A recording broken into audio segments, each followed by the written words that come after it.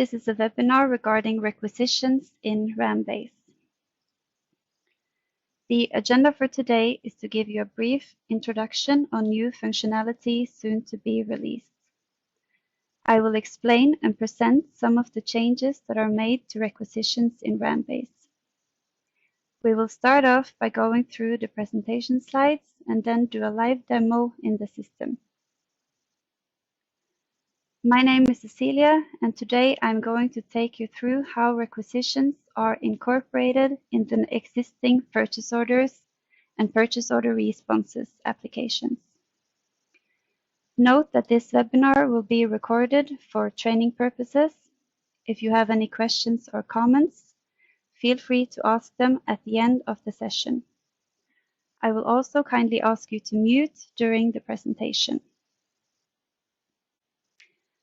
We record the webinar sessions and upload them to our YouTube channel, RamBase ERP Learn. This channel is also used to publish videos regarding new and existing functionality, if you want to watch step-by-step instructions. We recommend that you subscribe to this channel. Our webinar recordings will also be available in the What's New widget, and in some cases we incorporate them in the documentation. The requisition purchase order is today running in the legacy SPO and SOA applications, named respectively SPR and SOR. These are now moved to the standard application for purchase orders and purchase order responses, enhancing the functionality and user experience. While doing so, it will have new functionality, such as requisitions will only be applicable for non-stock products that are marked with "is not using assignments." This feature is available for expenses, class X, value-added services, class V, and zero, class Z. Like in a standard purchase order, you can now copy a requisition purchase order to another, keeping both supplier and items, but with options to set a new requested delivery date and using the current purchase prices. It is also possible to create requests for changes in requisitions. Here you can modify, split, or cancel items. Requisitions do not include physical goods, but you still need to mark them as received and make them ready for invoicing. This is done through menu options on both documents and item level. Admittance and approvals will remain the same. This means that you will only have access to requisitions, and you cannot be able to see standard purchase orders and responses if you don't have admittance to see them. Requesting for approval will work in the same way as in the new interface on other applications. We also recommend using the approval application for approving the items. Due to technical restrictions, it is unfortunately not possible to forward all requisition purchase orders created prior to release to order responses. Now I will show you the main functionality of these applications in the system. Navigate to requisition by choosing Procurement, Purchasing, and Requisition Purchase Orders. As most of you are familiar with the purchase order application, you may notice that the application is now filtered on purchase orders with the document type requisition. You can filter on several fields like supplier name, or you can also use the predefined filters. An example of a predefined filter is My Orders.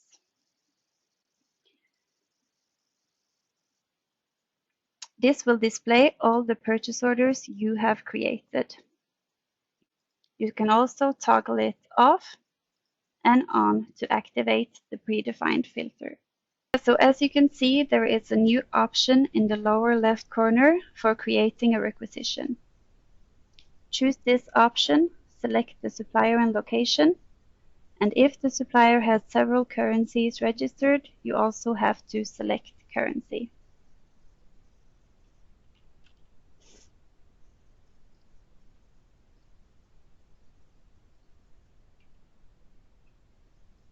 Click Create to create a new requisition order. The purchase order will be marked as a requisition, indicated by a blue text box. Here you can see the supplier's general information, and you can also add a reference person or number. The warehouse location is located here, and you can set a delivery term below. Send document by is the pop-up you know as doc by, and this is where you enter the recipient of the document if this is not set in the output control on the supplier. The shipping service component is the same as the old ship by, and you can choose it in a drop-down menu. I will also like to mention that all these fields can be clicked on to get more information about each field. So if I click on delivery terms, I will get an explanation of these fields here. Click Create New Item to create products. Enter the quantity, a product from the lookup, net price, and requested delivery date.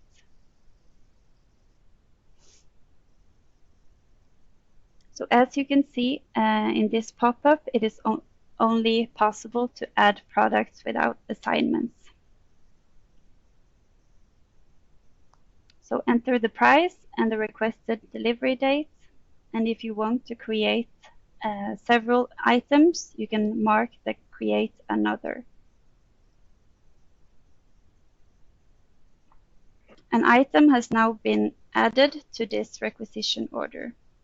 The next step is to navigate to the item level, either by clicking the inspect icon or by double-clicking on the line. The price can be changed in the net price field. Account settings such as department is set in the accounting folder.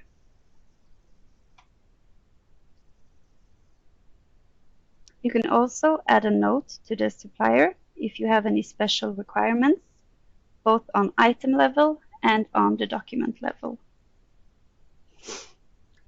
Send the requisition for approval by clicking the Request Approval icon. Here you can choose the person who is to approve this item. The approval will then get the requisition in his or her list of approvals.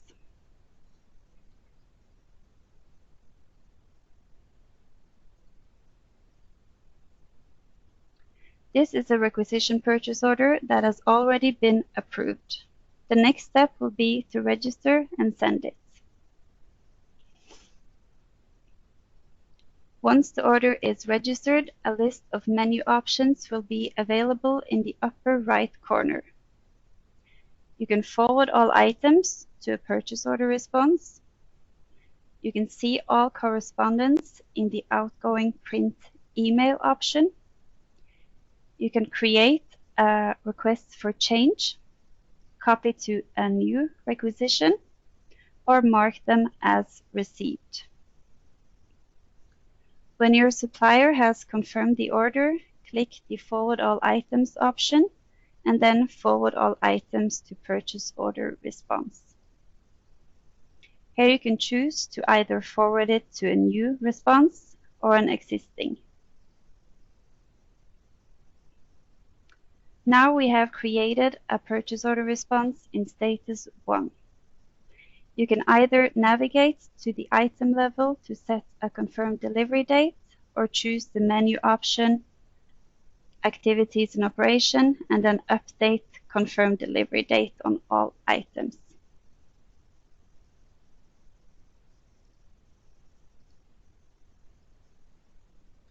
You can also add a note from the supplier on both documents and item level.